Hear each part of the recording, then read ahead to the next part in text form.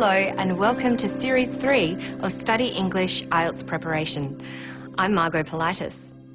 In this series, we'll look at some of the criteria for the assessment of the IELTS test and some of the skills you'll need to practice for the test. The IELTS test has 4 modules: writing, speaking, reading, listening. There are 2 different tests: the academic test for tertiary students and professionals, and the general training test, which is for immigrants and people going on to vocational training. Both tests have the same speaking and listening modules, but different reading and writing modules. Knowing what the examiner is looking for can help improve your results because you will know what to focus on when practicing. Here are the features the examiner looks at in your writing and speaking. These are the things that are marked: task response, coherence and cohesion, grammatical accuracy and range, vocabulary, fluency, pronunciation. What do these criteria mean? Task response means how well you've understood and responded to the question or task. For example, in the essay, you must make sure you have answered all parts of the question and followed the instructions. The next thing the examiner looks for is coherence and cohesion. This is how you organise your answer. For example, in the essay, coherence means that the essay works in its overall structure, making sense in the way it is organised. Cohesion means that the essay flows well from one part to the next. Another feature being assessed is grammatical range and accuracy. When assessing grammatical range, the examiner is looking at the variety of sentence types you are able to use. You can't rely on just using simple sentences and structures. Grammatical accuracy simply refers to the number of errors in your language. That includes things such as punctuation.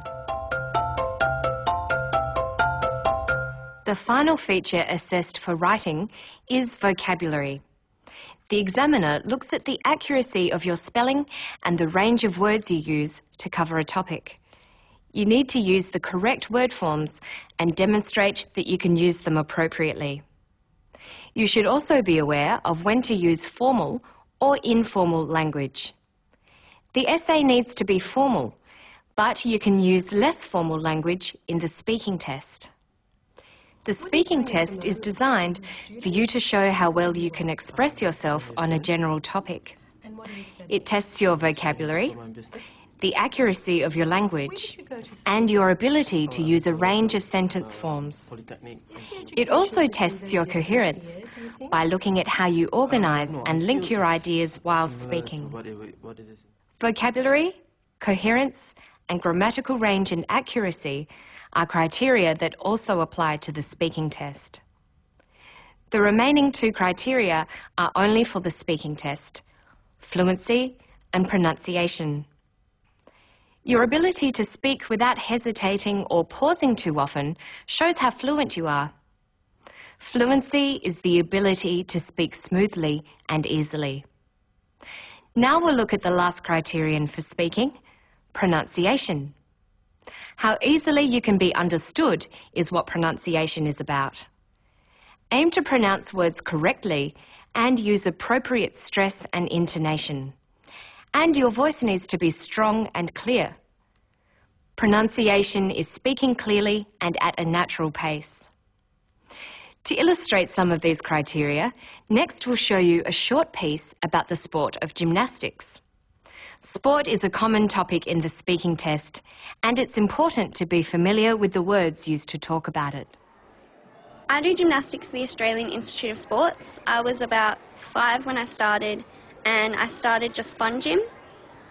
My mum was a coach, so I got into it from that. We train about 36 hours a week, which is pretty tough, but it's worth it in the end. We don't have a lot of school. We do usually 3.5 hours of school in between our training. We have our main coach, who is the head coach for AIS. He coaches my group for bars, floor and vault, but we have another coach for beam. Notice she says, I do gymnastics. Different verbs are used for different sports. You say that you play football or play basketball, but do gymnastics. And you go fishing.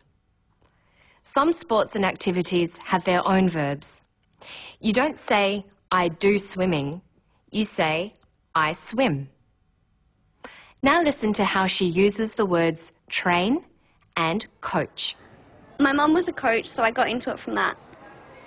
We train about 36 hours a week, which is pretty tough, but it's worth it in the end. We don't have a lot of school. We do usually 3.5 hours of school in between our training. We have our main coach, who is the head coach for AIS. He coaches my group for bars, floor and vault, but we have another coach for beam. A coach is a teacher of sport. Coach can be a noun, like this. We have our main coach, who is the head coach for AIS. Coach can also be used as a verb. Here it's used in the singular form, coaches. He coaches my group for bars, floor and vault, but we have another coach for beam. She uses the word for practicing a sport, train. We train about 36 hours a week, which is pretty tough, but it's worth it in the end. The ing form, training, can be used as a noun. We don't have a lot of school. We do usually 3.5 hours of school in between our training. And a coach can also be called a trainer. You should watch English language TV to help build your vocabulary in this fashion, because you will be marked on how well you use words and their various forms. And you should think about things such as sentence forms. Even just talking about gymnastics, it's possible to use quite complicated structures. Listen to her again. We train about 36 hours a week, which is pretty tough, but it's worth it in the end. She uses a complex sentence, a clause, combined with a relative clause. We train about 36 hours a week, which is pretty tough. She then makes it into a complex compound sentence by using the conjunction but to add another clause. We train about 36 hours a week, which is pretty tough, but it's worth it in the end. Thinking about and noticing sentence types will help with your grammatical range. Listening to the way people talk for an extended period will help prepare you for the speaking test, where you will be required to talk about a topic for 2 minutes. So let's recap. These are the things the markers are looking for. Task response, your ability to answer the question and correctly respond to instructions. Coherence and cohesion, how well you organise your language.